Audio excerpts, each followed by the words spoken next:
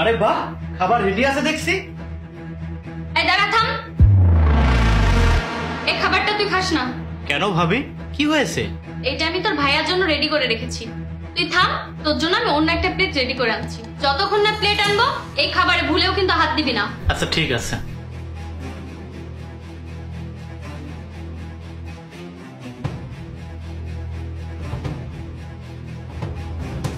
কি ব্যাপার রে, তোর মুড অফ মনে হচ্ছে? কই না তো ভাইয়া। খাবার খেয়েছিস?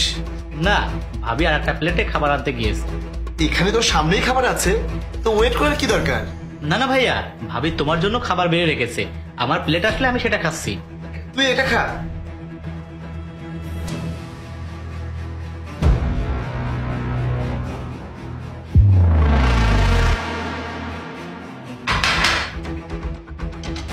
আরে এটা কি হচ্ছে সামিয়া? নিজের দেবরের জন্য এতগুলো খাবার আর আমার জন্য শুধু এতটুকু?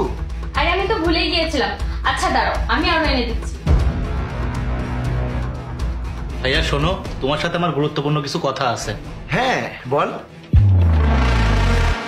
আমি ভাবছি কয়েকটা অটো কিনে বাজারে ছেড়ে দেবো, তাহলে ওখান থেকে কমসে কম 20-30 হাজার টাকা করে ভাড়া উঠে আসবে। তো তোর কত টাকা লাগবে? ভাইয়া আপাতত 3 লাখ টাকা দিলেই হবে। তাতে এখন বেশি না, মাত্র 2টা অটো কিনবো।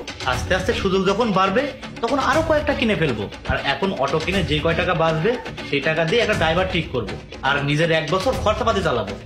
আচ্ছা ঠিক আছে, সন্ধ্যার দিকে নিয়ে নিস। জাহিদ শোনো, একটু এদিকে আসো তো। দাঁড়াও আসছি। কি হয়েছে বলো? তোমাকে কোনো টাকা পয়সা দিতে হবে না। আরে সামিয়া কি বলছো তুমি এটা? তুহিন এবার কাজের জন্য টাকা চাচ্ছে। এটা ওর বাহানা। দেখো গা, কোথায় জুয়া খেলতে গিয়ে হেরে এসেছে। কেন তুমি এটা জানো না নাকি? ওইবার ওই লোকটা এসে আমাদের কত অপমান করে গেল। যখন দামি জায়গায় যাওয়ার সামর্থ্য নেই তখন শুধু শুধু গিয়ে ঝামেলা করেন কেন? আরে ভাই কি হয়েছে একটু খুলে বলেন তো। কি আর হবে, আপনার ভাই হোটেলে 25,000 টাকা বিল করেছে, 1 টাকাও দেয়নি। আচ্ছা আপনি একটু শান্ত হন। দেখুন আশেপাশের লোকজন শুনলে কি মনে করবে।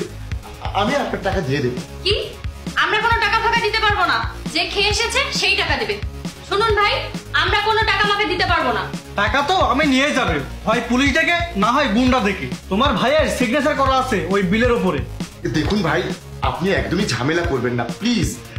আমি বললাম তো আমি আপনার টাকা দিচ্ছি, আপনি একটু দাঁড়ান, আমি টাকা নিয়ে আসছি। দাঁড়ান আমি টাকা নিয়ে আসছি।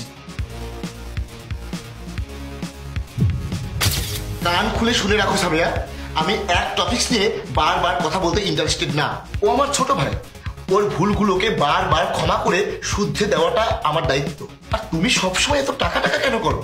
আমার টাকা পয়সা আজকে আছে, কালকে তো নাও থাকতে পারে। টাকা যদি একবার চলে যায় তাহলে কাল আমার টাকা পয়সা কামিয়ে নিতে পারবো, কিন্তু আমার ভাই যদি একবার চলে যায় না তাহলে তাকে কিন্তু আর ফিরে পাবো না। কি আর বলবো আমি, শেষমেশ তো নিজের ইচ্ছা মতো কাজ করবে। করো তাহলে।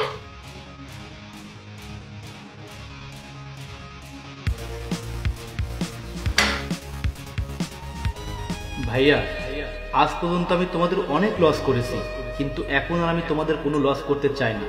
তাই এখন থেকে আমি যা করব নিজে পরিশ্রম করে করব। সামিয়া বলো। দেখো, এটা পড়ে দেখো, আমার ভাই শুদ্ধে গিয়েছে।